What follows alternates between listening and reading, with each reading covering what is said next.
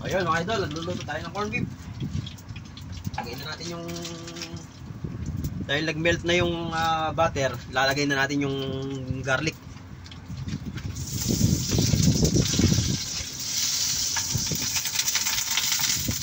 Doon, naku po, bako.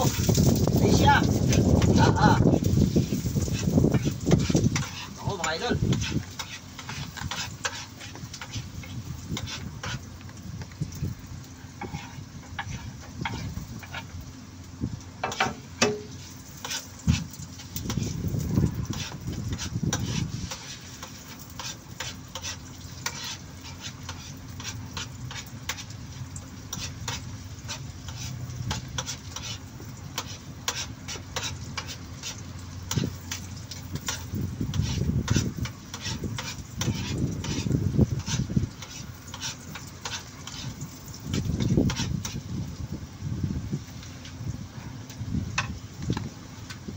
Antayin muna natin mag-caramelize yung garlic at saka onion.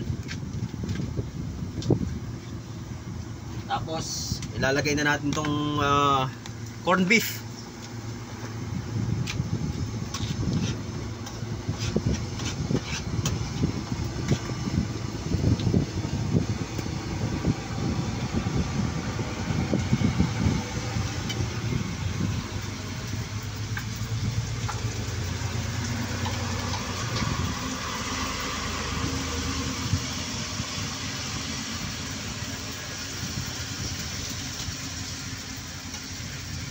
Ayun. Ang sarap.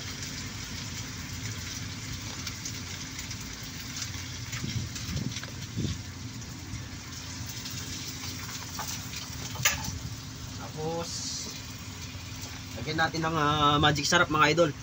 Magic sarap baka naman.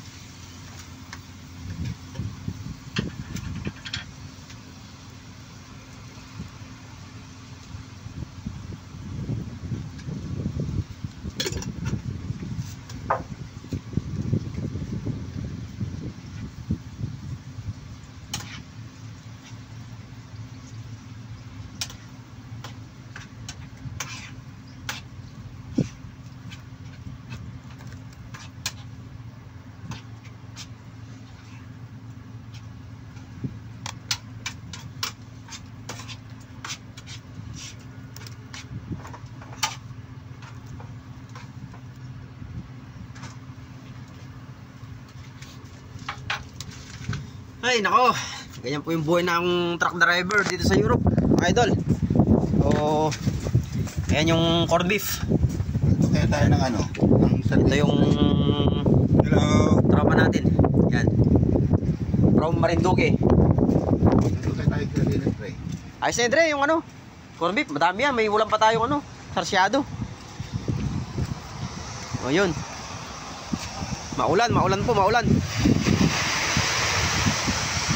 Lakas mo ng hangin, yung mga electric fan di pinatay eh.